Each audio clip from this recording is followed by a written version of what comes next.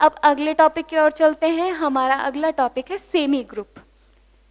अगला टॉपिक आपका क्या है? Semi group. तो सेमी ग्रुप क्या होता है, उसको कैसे करते हैं, और उसके हल के बारे में भी हम यहाँ पर क्या करेंगे, चर्चा करेंगे। तो चलिए सबसे पहले हम बात करते हैं सेमी ग्रुप की।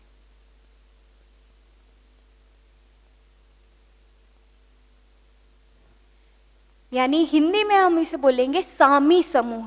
क्या बोलेंगे? सामी समूह। सामी समूह। तो जब हम सेमी ग्रुप पढ़ेंगे तो सेमी ग्रुप में हमारे पास क्या होता है, अभी हमने ग्रुपॉइड पढ़ा, ग्रुपॉइड पढ़ा यानी समूह पढ़ा। अब हम यहाँ पे सबसे पहले बात कर रहे हैं सेमी ग्रुप की। ये हमारे बेसिक है, इस बेसिक से हमारे यहाँ पर शुरुआत हो रही है। तो अब हम सबसे पहले जान लेते हैं कि सेमी ग्रुप क्या होता है, इसमें हम इसको किस प्रकार से हल करते हैं और इसमें क्या मान निकल करके आता है। अब देखिए, जैसे मान लीजिए कि आपके पास कोई एक एल्जेब्रिक स्ट्रक्चर, यानी जो सबसे पहली डेफिनेशन हमने पढ़ी थी बीजीय संरचना की, आपको कोई एक एल्जेब्रिक स्ट्रक्चर दी गई है और वो क्लोज्ड भी है, उसको आप आगे हल करते हैं तो उस पर आप एक लॉ लगाते हैं। वो लॉ यहाँ पर है एसोसिएटिव लॉ। कौन सा लॉ? Associative law. अगर आप उस पर एसोसिएटिव लॉ अप्लाई करते हैं, यानी साहचर्यता का नियम अप्लाई करते हैं, अगर वो इस नियम को फॉलो करती है तब तो वह सेमी ग्रुप है, और अगर वह इस नियम को फॉलो नहीं करती है तो वो सेमी ग्रुप नहीं है। यानी सबसे पहले अब हमें यहाँ पर क्या लगाना है, एसोसिएटिव लॉ के बारे में बात करनी है। तो सबसे पहले हमने एक बाइनरी ऑपरेशन जी स्टार लिया, ठीक है, एक एरिक समुच्चय जी लिया जिस पर मैंने स्टार ऑपरेट करवाया है। तो ये एक एल्जेब्रिक स्ट्रक्चर बन गई आपके पास। इस एल्जेब्रिक स्ट्रक्चर पर जब आप ये एल्जेब्रिक स्ट्रक्चर क्लोज्ड है, इसको आप जब आगे हल करते हैं, हल करने पर अगर आपको यह एसोसिएटिव लॉ, कौन सा लॉ? एसोसिएटिव लॉ यानी साहचर्यता नियम, साहचर्य नियम, अगर ये साहचर्य नियम को फॉलो करती है तो आपकी ये कैसे होती है? सेमी ग्रुप होती है। और अगर ये साहचर्य नियम को फॉलो नहीं करती है तो ये आपकी सेमी ग्रुप नहीं होती है। तो साहचर्य नियम को फॉलो करने के लिए इसको क्या करना होगा, यानी साहचर्य नियम को फॉलो करने के लिए आपने कोई 3 एलिमेंट लिए हैं ए बी सी। क्या लिए हैं? कोई 3 एलिमेंट ले लिए ए बी सी, ठीक है। उन ए बी सी में आपने ऑपरेशन लगवाया, तो ए स्टार बी स्टार सी अगर ए स्टार बी स्टार सी के बराबर आ जाए, यानी आपने ए बी सी 3 चीजें ली, उनमें बाइनरी ऑपरेशन लगाया, तो ए स्टार कोष्टक बी स्टार सी अगर बराबर होता है कोष्टक ए स्टार बी स्टार सी के, अगर वो इस नियम को फॉलो करता है तो ये आपके कौन सा लॉ है? एसोसिएटिव लॉ है, यानी साहचर्य नियम है। तो अगर वो इस नियम को फॉलो करता है तो वो आपका कौन सा ग्रुप कहलाता है? सेमी ग्रुप कहलाता है। अगर वो इस ग्रुप को, इस नियम को फॉलो नहीं करता है तो वो आपका क्या कहलाता है? नॉन सेमी ग्रुप, यानी वह सेमी ग्रुप नहीं होता है। अब देखो, इसको फॉलो करने के लिए मैं यहाँ पर आपको कुछ एग्जाम्पल समझा रही हूँ। उस एग्जाम्पल्स में आप देख सकते हैं कि जैसे मान लीजिए आपने अभी, हमने पीछे नेचुरल नंबर के बारे में बात की थी, तो नेचुरल नंबर में हमारे पास क्या थे?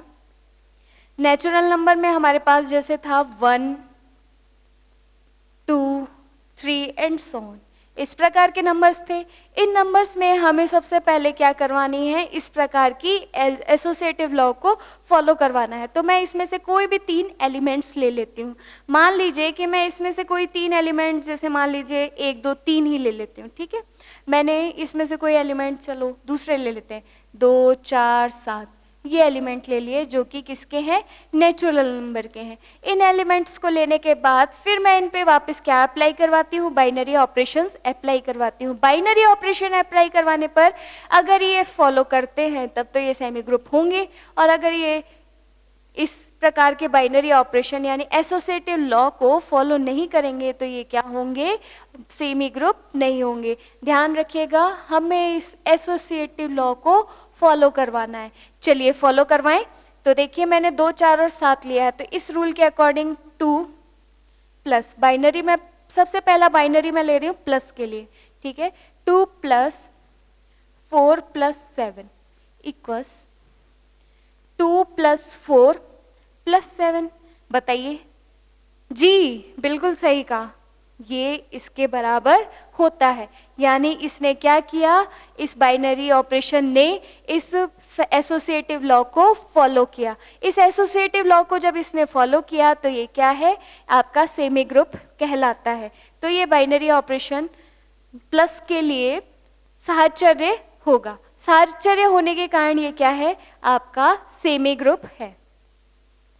तो अभी हमने यहाँ पर अपने प्लस की संक्रिया को अप्लाई कराया। इसी प्रकार हम इसमें आगे अन्य माइनस की, मल्टीपल की, डिवाइडेशन की संक्रियाओं को अप्लाई करेंगे। तो हम सबसे पहले ये देखते हैं कि हमारे पास नेचुरल नंबर है। अब हम इसमें माइनस को फॉलो करवाते हैं। माइनस में जब हम एसोसिएटिव लॉ लगाएंगे तो हम देखेंगे हमारे पास क्या होगा। माइनस के लिए लगाएंगे तो आपके पास क्या आएगा, 2 माइनस 4 माइनस 7 इक्वल, आप इसको करेंगे 2 माइनस 4 माइनस 7। बताइए क्या ये एक दोनों चीजें बराबर आ रही हैं? जी बिल्कुल सही कहा, ये बराबर नहीं आ रही। इसका मतलब हम क्या कह सकते हैं कि ये जो माइनस की संक्रिया है वो नेचुरल नंबर के लिए साहचर्य नियम को फॉलो नहीं करती है, तो ये सेमी ग्रुप नहीं होगी। तो हमने पहले तो बात की कि प्लस के लिए सेमी ग्रुप है, जबकि हमने फिर हल किया तो प्लस के लिए सेमी ग्रुप आया, और इसी प्रकार फिर हमने माइनस के लिए बात की और हल करके देखा तो माइनस के लिए हमारे साहचर्य नियम फॉलो नहीं हो रहा, तो इस कारण ये क्या है, सेमी ग्रुप नहीं है। इसी प्रकार अब हम इसमें एक नया ऑपरेशन लगाते हैं। नए ऑपरेशन में हम क्या लगाएंगे, मल्टीपल। मल्टीपल जैसे ही आप लगाएंगे तो आपके पास क्या हो जाएगा, 2 इंटू 4 इंटू 7 इक्वल आएगा 2 इंटू 4 इंटू 7। तो यहाँ पर आपको देखते ही पता चल रहा है, इनको अंदर गुणा कीजिए, उसके बाद 2 से इन गुणा कीजिए, इसी प्रकार 2 को 4 से गुणा कीजिए और जो आंसर आए उसको 7 से गुणा करेंगे। तो ये दोनों LHS और RHS के आंसर्स कैसे आएंगे आपके पास, दोनों आंसर समान आएंगे। तो इसका मतलब क्या होगा, आपने तुरंत अनुमान लगा लिया होगा कि ये जो मल्टीपल के लिए है वो नेचुरल नंबर क्या कर रहा है, इस एसोसिएटिव लॉ को फॉलो कर रहा है, जिस कारण ये सेमी ग्रुप होगा। तो हमारे लिए प्लस के लिए सेमी ग्रुप निकल करके आया, माइनस के लिए सेमी ग्रुप निकल करके नहीं आया, मल्टीपल के लिए सेमी ग्रुप निकल करके आया। अब हम बात करते हैं डिवाइडेशन के लिए।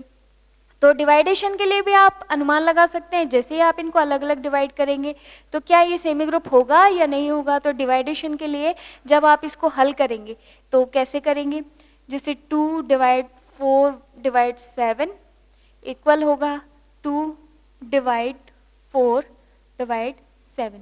तो जब आप इसको हल करके मान निकालेंगे तो आप देखेंगे कि इसको हल करने पर इनके मान कैसे आते हैं, समान नहीं आते। यानी LHS का मान RHS के इक्वल नहीं आता है। तो LHS का मान RHS के इक्वल नहीं आने के कारण ये डिवाइडेशन के लिए सेमी ग्रुप नहीं है। क्यों? क्योंकि ये एसोसिएटिव लॉ को फॉलो नहीं कर रहा है। एसोसिएटिव लॉ को फॉलो नहीं करने के कारण ये सेमी ग्रुप नहीं होगा। तो यहाँ हमने सेमी ग्रुप के बारे में बात की। मैं आपको इसका एक शॉर्ट रिविजन दे देती हूँ। सेमी ग्रुप में आपने क्या क्या किया, सेमी ग्रुप में आपने ये किया कि आपने एक समूहाब लिया, एक एल्जेब्रिक स्ट्रक्चर ली और उस एल्जेब्रिक स्ट्रक्चर में आपने एक बाइनरी ऑपरेशन लगाया।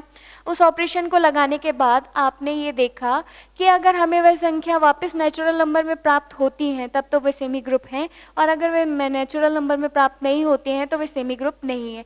ऑपरेशन के लिए आपने यहाँ पर एक लॉ लगाया, उस लॉ को हम बोल रहे हैं एसोसिएटिव लॉ। कौन सा लॉ बोल रहे हैं? एसोसिएटिव लॉ, यानी साहचर्य नियम। साहचर्य नियम आपके ये कहता है कि A star B star C equal होता है A star B star C के। अगर ये LHS और RHS आपके पास बराबर आते हैं तब तो ये आपके एसोसिएटिव लॉ को फॉलो करता है, और एसोसिएटिव लॉ को फॉलो करने के कारण ये आपके क्या कहलाता है, सेमी ग्रुप कहलाता है। अगर ये एसोसिएटिव लॉ को फॉलो नहीं करेगा तो ये सेमी ग्रुप नहीं कहलाएगा। तो इसको फॉलो करने के लिए हमने 4 ऑपरेशंस लगाए। हमने नेचुरल नंबर लिए, नेचुरल नंबर में से हमने 3 एलिमेंट्स लिए। क्यों 3 एलिमेंट्स ही क्यों लिए? क्योंकि हमें तीन चीज़ों के बारे में यहाँ पर इस बाइनरी ऑपरेशन को ऑपरेट करवाना है। इस कारण से हमने यहाँ पर कितने एलिमेंट्स लिए, 3 एलिमेंट्स लिए। उन 3 एलिमेंट्स में हमने प्लस, माइनस, मल्टीपल और डिवाइडेशन के लिए इस एसोसिएटिव लॉ को लगाया और हमने देखा कि प्लस के लिए तो ये सेमी ग्रुप निकल कर के आया। क्यों?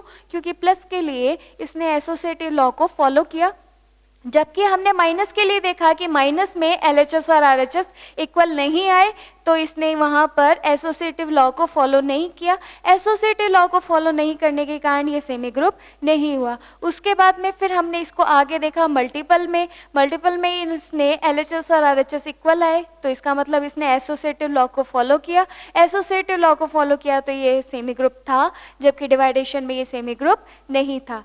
तो बच्चों, आज के टॉपिक में बस इतना ही। मिलते हैं एक नए वीडियो में एक नए टॉपिक के साथ। तब तक के लिए अपने इस चैनल को लाइक, कमेंट, शेयर और सब्सक्राइब करते रहिएगा।